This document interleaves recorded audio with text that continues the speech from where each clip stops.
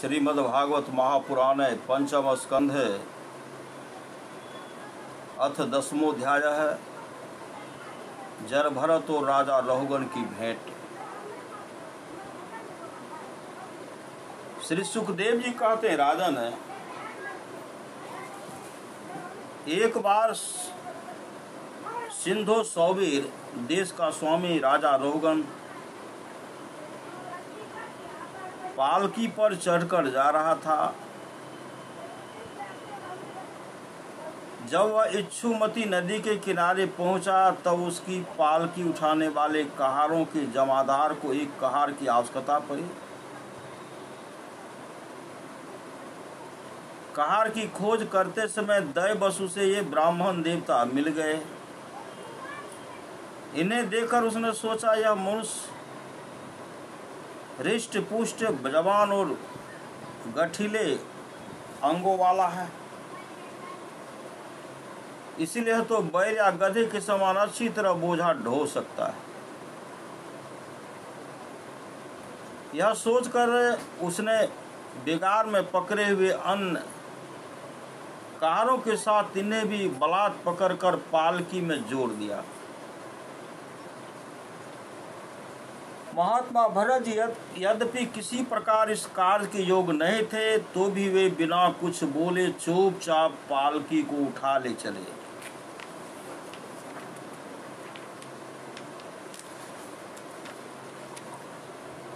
वे द्विजवर कोई जीव पैरों तले दब न जाए, इस डर से आगे के एक बाण पृथ्वी देखकर चलते थे, इसलिए दूसरे कहारों के साथ उनकी चाल का मेल नहीं खाता था।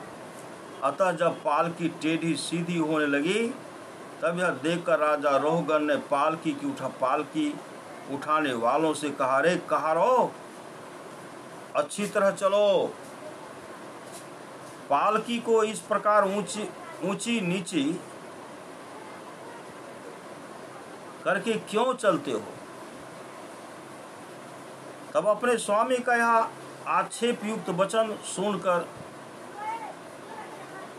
कहारों को डर लगा कि कहीं राजा उन्हें दंड न दे। इसलिए उन्होंने राजा से इस प्रकार निवेदन किया, महाराज, यह हमारा प्रमाद नहीं है।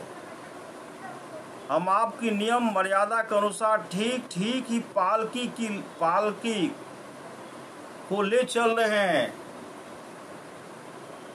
यह एक नया कहार अभी पालकी में लगाया गया है, तो भी यह जल्दी नहीं चलता। हम लोग इसके साथ पालकी को नहीं ले जा सकते। कहारों के दीन वचन सुनकर राजा रहुगण ने सोचा, संसर्ग से उत्पन्न होने वाला दोष एक व्यक्ति में होने पर भी उसे समझ रखने वाले सभी पुरुषों में आ सकता है। इसलिए यदि इसका प्रतिकार न किया गया तो धीरे धीरे सभी कहार अपने चाल बिगाड़ लेंगे।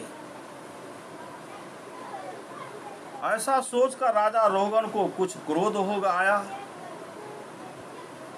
यद्यपि उसने महापुरुषों का सेवन किया था, तथापि क्षत्रिय स्वभाववश बलात् उसकी बुद्धि रजोगुण से व्याप्त हो गई और वह उन द्विश्रेष्ठ से, जिनका ब्रह्म तेज भस्म से ढके हुए अग्नि के समान प्रकट नहीं था, इस प्रकार व्यंग भरे वचन कहने लगा। अरे भैया, बड़े दुख की बात है। अवश्य तुम बहुत थक गए हो। ज्ञात होता है तुम्हारे साथियों ने तुम्हें तनिक भी सहारा नहीं लगाया। इतने दूर से तुम अकेले ही बड़ी देर से पालकी ढोते चले आ रहे हो। तुम्हारा शरीर भी तो विशेष मोटा ताजा और हट्ठा कट्ठा नहीं है, और मित्र, बुढ़ापे ने अलग तुम्हें दबा रखा। इस प्रकार बहुत ताना मारने पर वे पहले की भांति चुपचाप पालकी उठाते चलते रहे।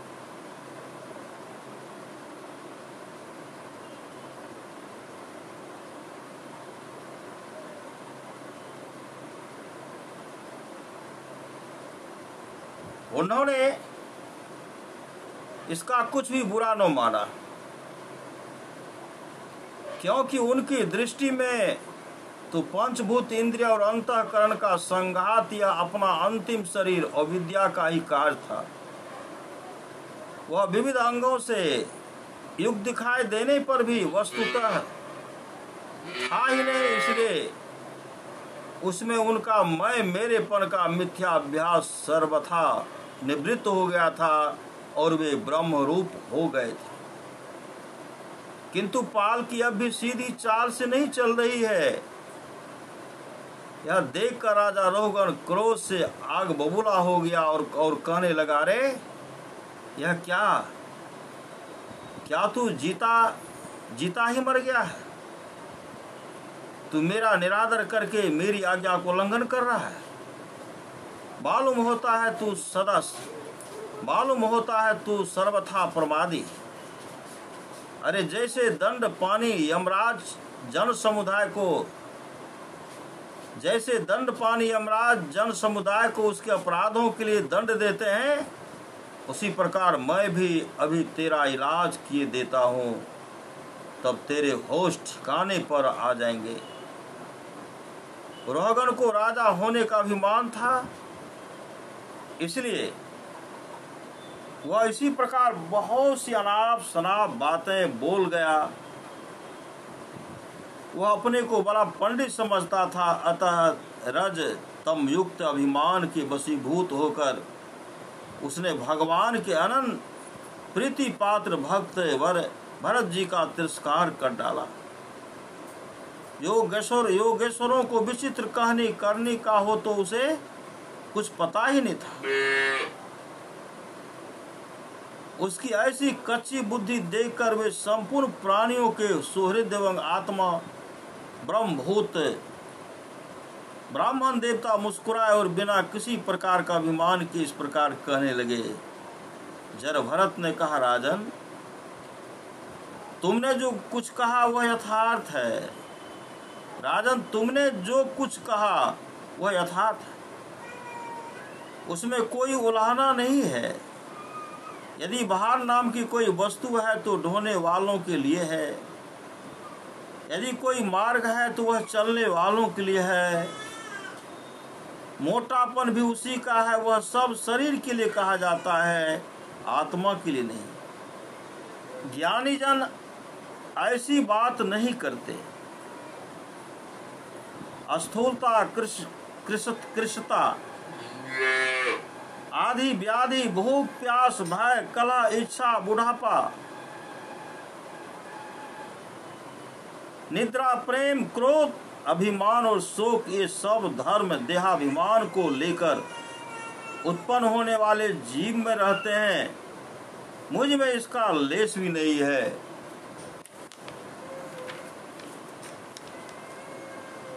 राजन तुमने जो जीने मरने की बात कहे सो जितने भी विकारी पदार्थ है, राजन तुमने जो जीने मरने की बात कही सो जितने भी विकारी पदार्थ हैं, उन सभी में नियमित रूप से ये दोनों बातें देखी जाती हैं, क्योंकि वे सभी आदि अंत वाले हैं। यशस्वी नरेश, जहाँ स्वामी सेवक भाव स्थिर हो वहीं आज्ञा पालन आदि का नियम भी लागू हो सकता है। तुम राजा हो और मैं प्रजा हूँ। इस प्रकार की भेद बुद्धि के लिए मुझे व्यवहार के सिवा और कहीं तनिक भी अवकाश नहीं दिखाई देता।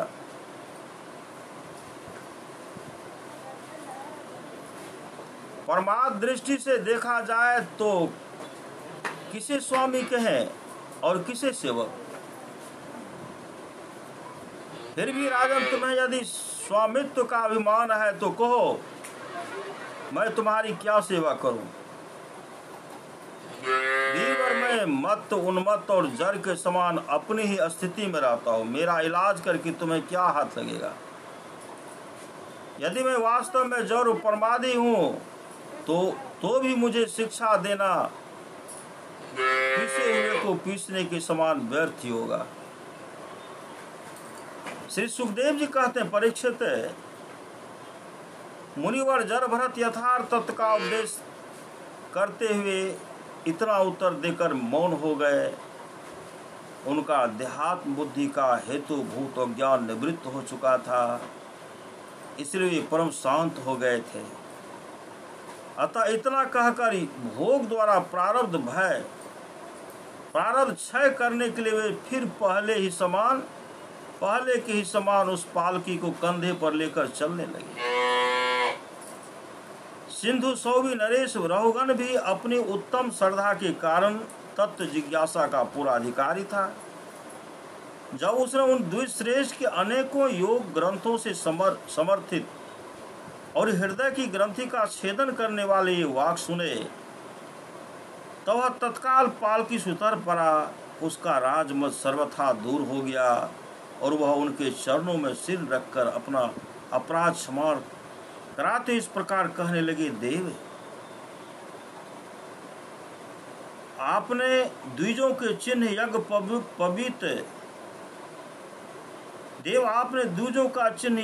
पवित्र धारण कर रखा है। बतला इस प्रकार प्रच्छन्न भाव से विचरने वाला कौन है? क्या आप दत्तात्रेय आदि अवधूतों में से कोई है? आप किसके पुत्र हैं? आपका कहाँ जन्म हुआ और यहाँ कैसे आपका पदार्पण हुआ? यदि आप हमारा कल्याण करने पधारे हैं तो क्या आप साक्षात तत्वमूर्ति भगवान कपिल जी ही तो नहीं है? मुझे इंद्र के वज्र का कोई डर नहीं है, न मैं महादेव जी के त्रिशूल से डरता और न यमराज के दंड से। मुझे अग्नि, सूर्य, चंद्र, वायु और कुबेर के अस्त्र शस्त्रों का भी कोई भय नहीं है, परंतु मैं ब्राह्मण कुल के अपमान से बहुत ही डरता हूँ। अतः कृपया बतलाइए, इस प्रकार अपने विज्ञान और शक्ति को छिपाकर मूर्खों की भांति विचरने वाले आप कौन हैं?